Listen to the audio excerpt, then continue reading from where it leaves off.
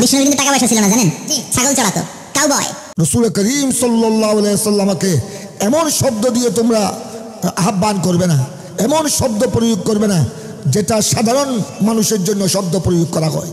সাধারণ জন্য যেটা প্রয়োগ করা হয় এই শব্দ দিয়ে তোমরা রাসূল পাক সাল্লাল্লাহু আলাইহি সাল্লামকে আহ্বান করো না। রাসূল পাক সাল্লাল্লাহু আলাইহি সাল্লামের শানে এসব শব্দ প্রয়োগ করবে না যেটা তোমরা একে অপরের সাথে প্রয়োগ করে থাকো। এটা তো এইভাবে তো কোরআন পাকের মধ্যে, হাদিসে পাকের মধ্যে অসংখ্য তার প্রমাণ রয়েছে। তাই সুতরাং এই জাতীয় শব্দ অবশ্যই পরিহার করতে হবে। এই জাতীয় শব্দ অবশ্যই এটা কটূক্তি, এটা বেয়াদবি। এটা কেউ যদি অসতর্কতা স্বরূপ বলে তাকে তওবা করতে হবে, আর ইচ্ছাকৃত বললে তো তার ঈমানের আশঙ্কা রয়েছে। আসসালামু আলাইকুম রহমতুল্লাহি ওয়া বারাকাতুহু। চিস্তি টিভির পক্ষ থেকে আপনাদেরকে জানাচ্ছি স্বাগতম। আমরা আজকে এমন এক জটিল বিষয় মাসালা নিয়ে হুজুরের কাছে শরণাপন্ন হয়েছি। আমরা একটা সমাধানের জন্য এখন একটি আলোচনা বা সমালোচনার একটা বাক্য নিয়ে খুব ভাইরাল। রাসূল সাল্লাল্লাহু আলাইহি ওয়াসাল্লামকে এক ব্যক্তি বলে ফেলছেন কাউবয়, একটি কথার যুক্তি দিতে। এটার সমাধান কোরআন হাদিসের আলোকে আমরা সমাধানটা খুঁজবো। আমরা আপনাদেরকে একটু শোনাই। আমাদের উদ্দেশ্য কাউকে ছোট বড় নয়, আমরা ঈমান রক্ষার চেষ্টা করব। রাসূল সাল্লাল্লাহু আলাইহি ওয়াসাল্লামের শানে যদি কেউ কটূক্তি করে সঙ্গে সঙ্গে কাফের হয়ে যায় ইচ্ছাকৃত করলে। আমরা এখন কথা বলবো বাংলাদেশ তথা এশিয়ার অন্যতম প্রতিষ্ঠান চট্টগ্রাম জামিয়া আহমদিয়া সুন্নিয়া কামিল মাদ্রাসার সাবেক অধ্যক্ষ আল্লামা সৈয়দ ওসি রহমান আল কাদেরী হুজুরের সাথে। তার আগে আপনাদেরকে দেখাচ্ছি, আমরা ওই ভিডিও ক্লিপটা আপনাদেরকে শোনাচ্ছি। বিষ্ণুর কিন্তু টাকা পয়সা ছিল না জানেন, ছাগল চড়াতো, কাউবয়। মা মিন নাবিয়্যিন ইল্লা রাআল গানাম, ছাগল চড়াতেন। এরপরে খাদিজাতুল কুবরার স্টাফ হিসেবে, কর্মচারী হিসেবে ক্যারিয়ার শুরু করলেন। এরপর বিজনেস ম্যাগনেট হিসেবে শুরু করলেন। খাদিজাতুল কুবরার সাথে যখন বিয়ে হয়ে গেল, খাদিজাতুল কুবরা তাহেরা ওনার সব সম্পদের মালিক বিষ্ণুনবীরে বানায় দিলেন। আল্লাহ বলেন তোমার তো কিছু ছিল না নবী, খাদিজার মাধ্যমে বিয়ে পড়িয়ে দিয়ে আমি তোমারে ধনী বানিয়ে দিলাম। আসলে আমরা তো সাধারণ মানুষ, আমরা সাধারণ পাবলিকের পক্ষ থেকে হুজুরের কাছে আসছি। রাসূল সাল্লাল্লাহু আলাইহি ওয়াসাল্লামের শানে এই বাক্যগুলি আসলে হাদিস, কোরআন হাদিস সম্মত হয় কি না? আসসালামু আলাইকুম। ওয়ালাইকুম আসসালাম ওয়া রাহমাতুল্লাহি ওয়া বারাকাতুহু। বিসমিল্লাহির রহমানির রহিম। হামিদান ওয়া মুসাল্লিয়ান ওয়া মুসাল্লিমা, আম্মা বাদু। যে বিষয়টি উপস্থাপন করা হয়েছে যে দৈনিক এক বক্তা বক্তব্যের মাঝখানে রাসূল পাক সাল্লাল্লাহু আলাইহি ওয়াসাল্লামকে কাউবয়, রাখাল, ছাগল চড়াতেন এই শব্দ যেগুলো ব্যবহার করেছে এটা সম্পূর্ণ রাসূল করিম সাল্লাল্লাহু আলাইহি ওয়াসাল্লামের শানে মানহানিকর। এটা কটূক্তি পর্যায়ে অন্তর্ভুক্ত। নবীগণ এবং রাসূল পাক সাল্লাল্লাহু আলাইহি ওয়াসাল্লাম ছাগল নিয়ে মাঠে গিয়েছেন, এটা ঠিক আছে, কিন্তু রাসূল পাক সাল্লাল্লাহু আলাইহি ওয়াসাল্লাম সহ আল্লাহর নবীগণের শানে শব্দ প্রয়োগ করতে অত্যন্ত আদবের লেহাজ করতে হবে। সামান্যতম বেআদবি পরিলক্ষিত হলে এই ঈমানের খতরা আছে, ঈমানের আশঙ্কা আছে, তওবা অপরিহার্য।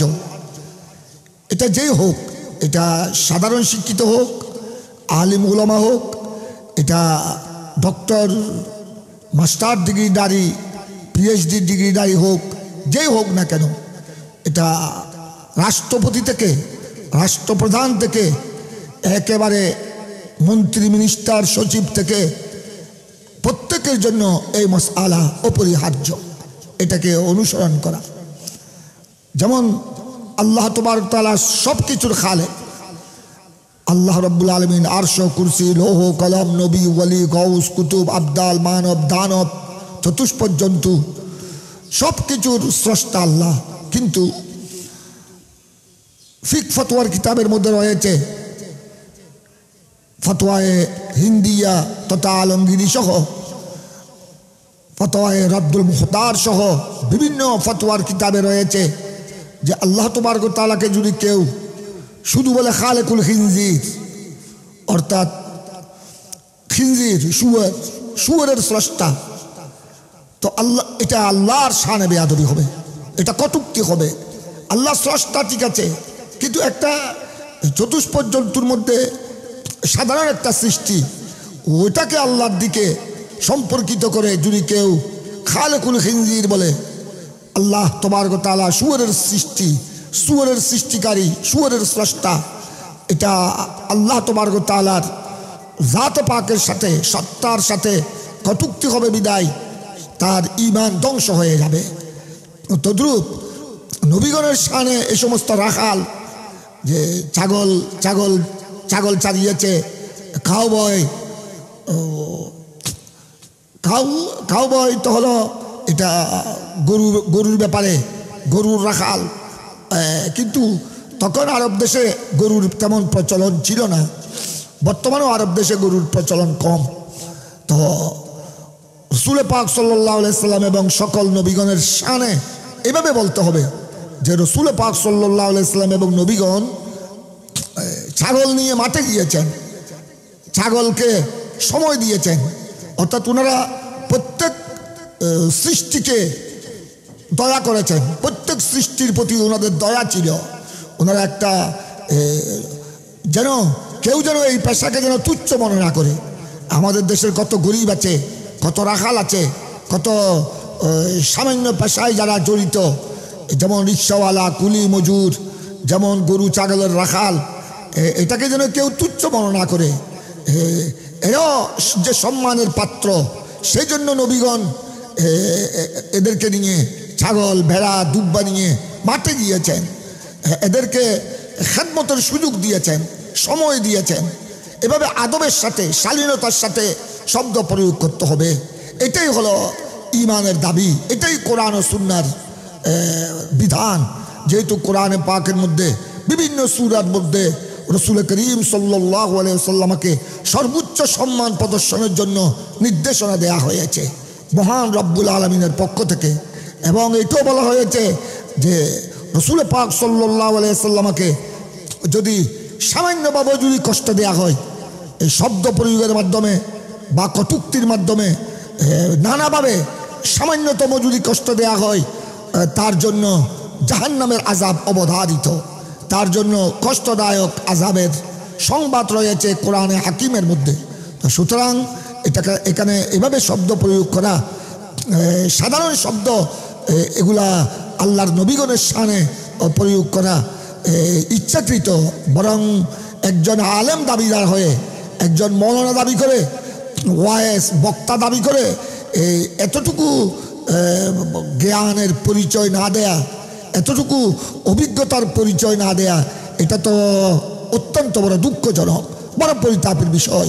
এটা এই জাতীয় মোটামুটি কথা হলো, এটা তো ডাইরেক্ট কোরআন যে রাসূল করিম সাল্লাল্লাহু আলাইহি ওয়াসাল্লামকে এমন শব্দ দিয়ে তোমরা আহ্বান করবে না, এমন শব্দ প্রয়োগ করবে না যেটা সাধারণ মানুষের জন্য শব্দ প্রয়োগ করা হয়। সাধারণ জন্য যেটা প্রয়োগ করা হয় এই শব্দ দিয়ে তোমরা রাসূল পাক সাল্লাল্লাহু আলাইহি ওয়াসাল্লামকে আহ্বান করো না। রাসূল পাক সাল্লাল্লাহু আলাইহি ওয়াসাল্লামের শানে এসব শব্দ প্রয়োগ করবে না যেটা তোমরা একে অপরের সাথে প্রয়োগ করে থাকো। এটা তো এইভাবে তো কোরআন পাকের মধ্যে, হাদিসে পাকের মধ্যে অসংখ্য তার প্রমাণ রয়েছে। তাই সুতরাং এই জাতীয় শব্দ অবশ্যই পরিহার করতে হবে। এই জাতীয় শব্দ অবশ্যই এটা কটূক্তি, এটা বেয়াদবি। এটা কেউ যদি অসতর্কতা স্বরূপ বলে তাকে তওবা করতে হবে, আর ইচ্ছাকৃত বললে তো তার ঈমানের আশঙ্কা রয়েছে। সুতরাং আমি সকল বক্তা, আলোচক এবং প্রত্যেক শ্রেণীর মুসলমানের নিকট আমার আবেদন থাকবে, আমার আহ্বান থাকবে, আমাদের প্রিয় নবী রাসূল পাক সাল্লাল্লাহু আলাইহি ওয়াসাল্লাম তো সৈয়দুল মুরসালিন, সর্বোচ্চ সম্মানের মালিক। তবে সকল নবীগণ আল্লাহ তাবারক ওয়া তাআলার সকল নবী রসুল, আর উনাদেরকে যেখানে আল্লাহ রাব্বুল আলামিন নির্বাচিত করেছেন, আর উনাদের জন্য হলো সর্বোচ্চ পদবী হলো নবী রাসূল, এর চেয়ে বড় পদবী আর নাই।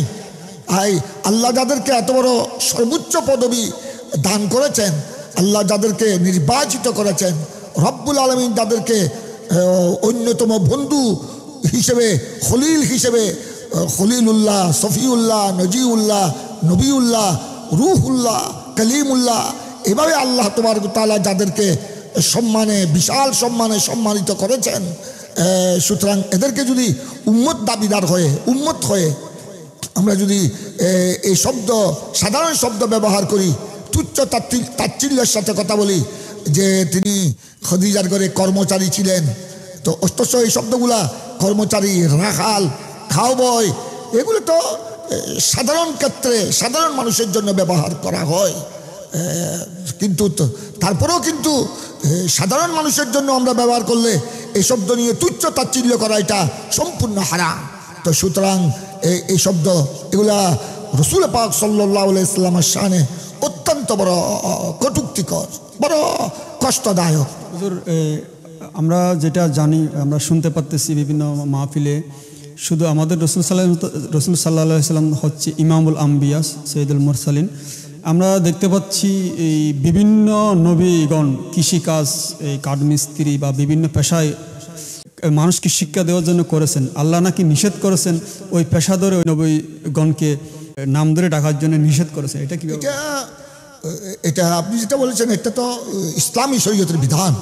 এটা নবীগণ এবং আমাদের প্রিয় নবী রাসূল পাক সাল্লাল্লাহু আলাইহি ওয়াসাল্লাম বিভিন্ন কাজ করেছেন, নিজের ঘরেও অনেক কাজ করেছেন।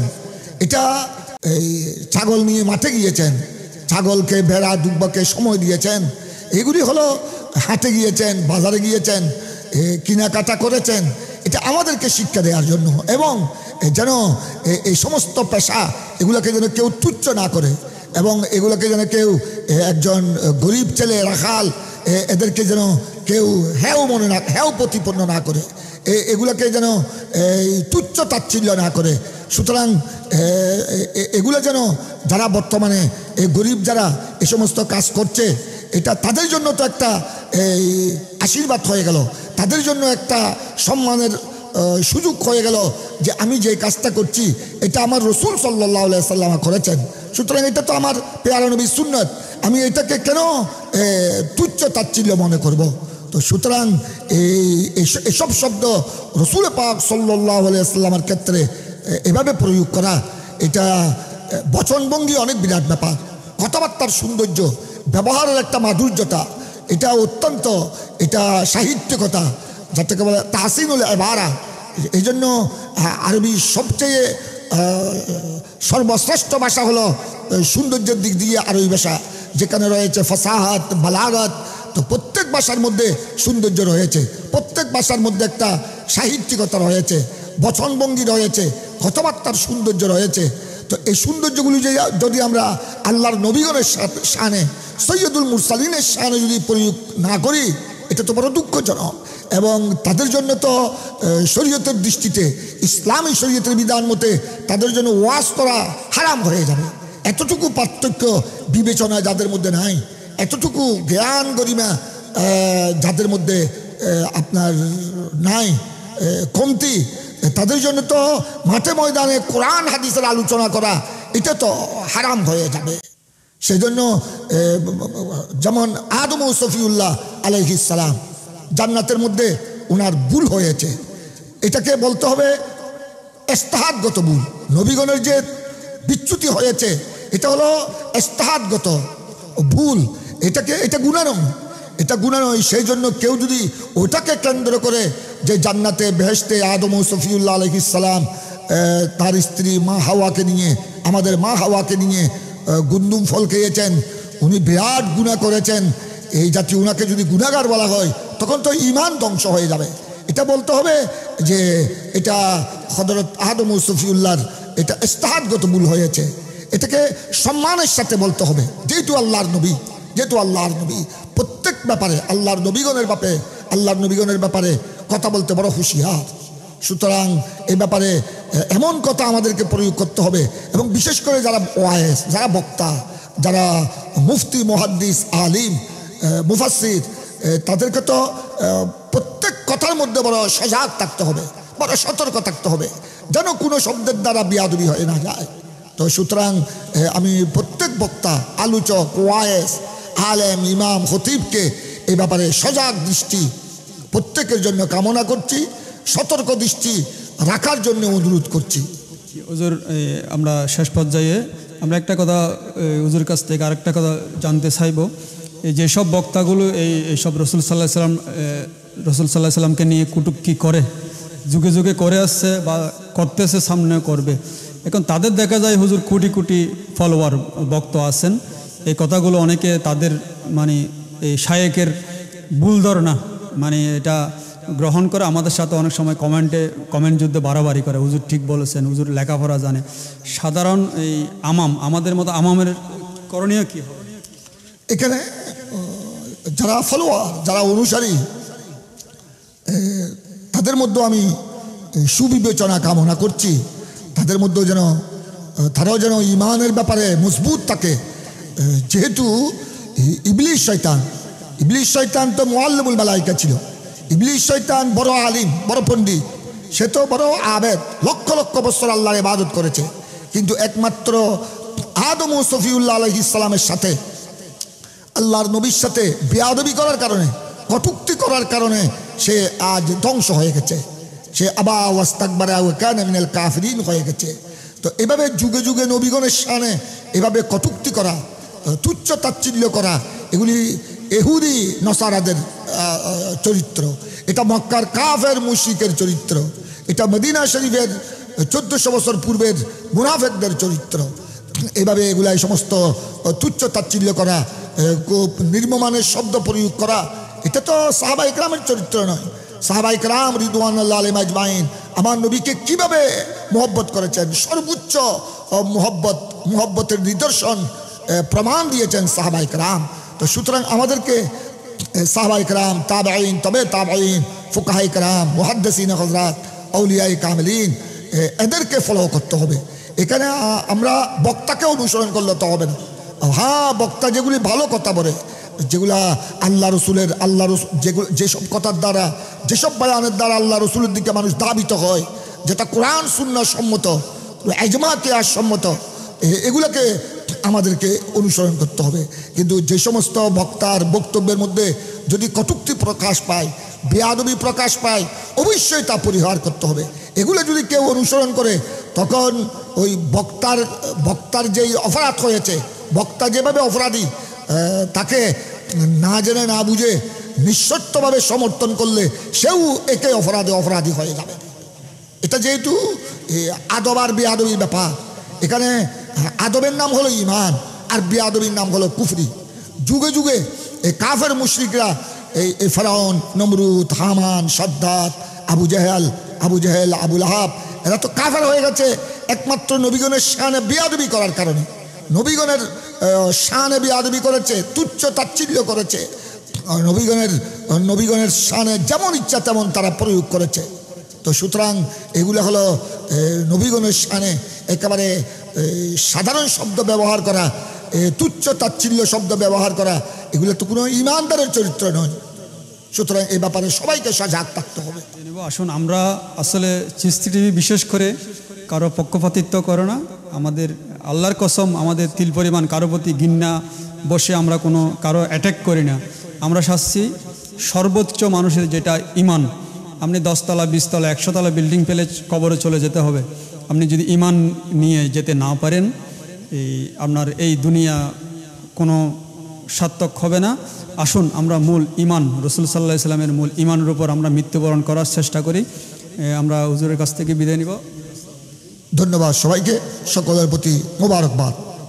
সবাইকে এখানে বিশেষ করে আল্লাহর নবীগণের শানে এবং রসুল পাক সাল্লাল্লাহু আলাইহি ওয়াসাল্লামের শানে, সাহাবা ইকরাম, তাবেঈন, তবে তাবেঈন, মুজতাহিদিন, মাযহাবের ইমামগণ, আউলিয়ায়ে কামিলিন শানে সর্বোচ্চ আদব বজায় রাখার জন্য অনুরোধ করছি এবং ওনাদের শানে শব্দ প্রয়োগ করার সময় সর্বোচ্চ আদবের পরিচয় দেওয়ার জন্য সকলের প্রতি আমি আহ্বান জানাচ্ছি।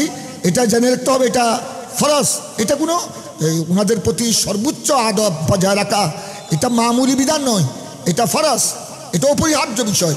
সুতরাং এই ব্যাপারে সবাইকে সজাগ দৃষ্টি রাখতে হবে। ধন্যবাদ। আসসালামু আলাইকুম ওয়া রাহমাতুল্লাহি ওয়া বারাকাতুহু।